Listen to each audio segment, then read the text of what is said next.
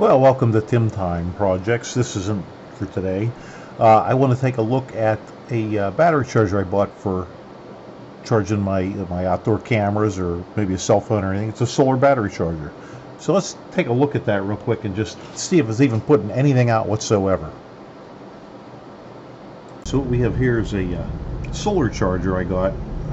Pretty cheap, and I thought it would be okay to maybe put a little charge on my cameras outside out in the yard, out in the field, because I have to run out with a charger and charge them every now and then.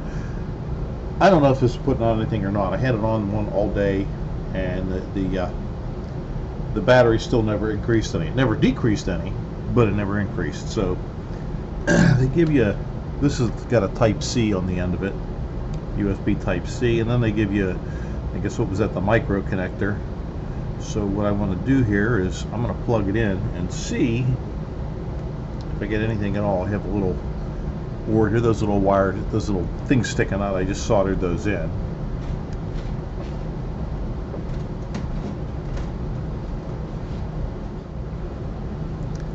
Let's turn this baby on to volts DC. That's direct current. Oh, I might be able to use this adapter actually. Come back to that. I'll explain later. Let's see. First thing we'll check is for voltage, DC voltage. So we'll put that on DC. You can see the meter. Alright. We'll get this off here. We don't need that for now. That green jumper is going to be used in a minute.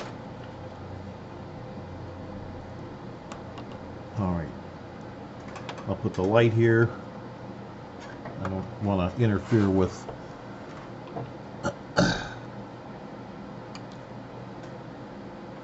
there. Now you can see it a lot better. Before, when I was running the test, this was out. Okay, so there it is there. The voltage 5.12 volts. So we'll look at 512 volts. 0.12 volts. And if I run through this resistor here, this is a 300 ohm resistor. Let's see what happens. We got to do it in series to check the current. So that would be like so. We'll leave that there and put this guy over here onto the milliamp scale. We're showing 13 milliamps that's putting out. 13 milliamps. So we're going to write that down. 13 MA. So what is that telling me the resistance is? If we do Ohm's law, clear, 5.12 divided by 0.013 equals 393. The reason it's a little bit higher than the 300 ohm resistor is you're going to see that 300 ohm resistor is so low in resistance it's dragging the circuit down. Because when we measured it without any resistance in there, we were getting 512 volts. Watch what we get now when we measure the voltage with that resistor in circuit. So you're thinking, oh, still 511, 512. That's because the resistor is not in the circuit. If I actually completed the circuit by connecting the other lead of the resistor to here, that drops to 388. So let's see. Let's do Ohm's law again now. We already know what our current was because we measured it.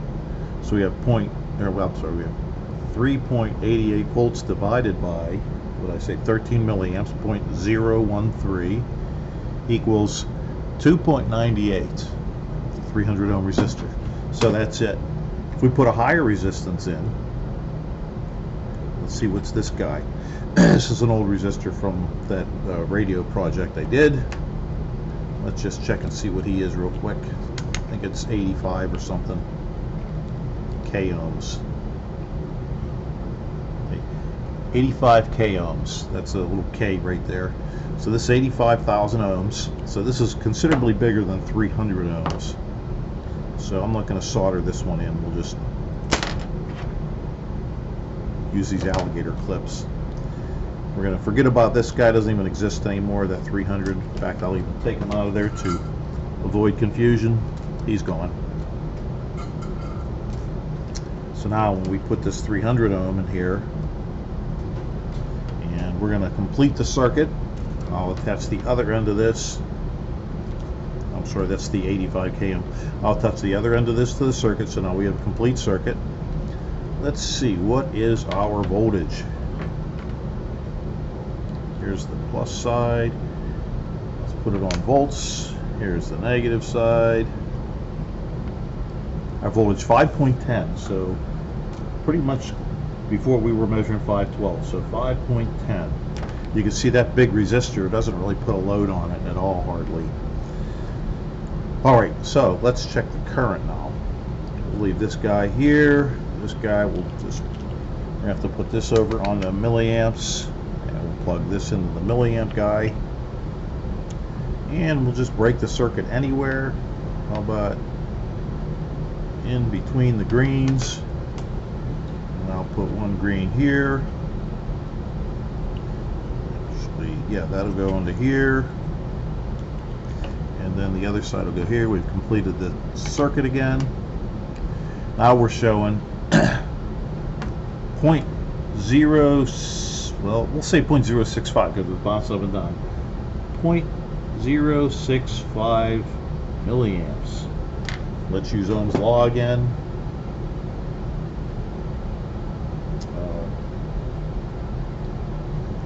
Go, what's it, 5.10 volts.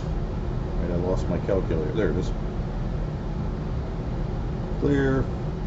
5.10, 5.1 divided by 0.1230065 equals 78. 5.10 divided by 0.123465. So we're showing 78 k ohms somewhere in that area. So let's just see, because it's, we'll go with 0.6 and 0.7 and see what we get, because there'll be a whole range.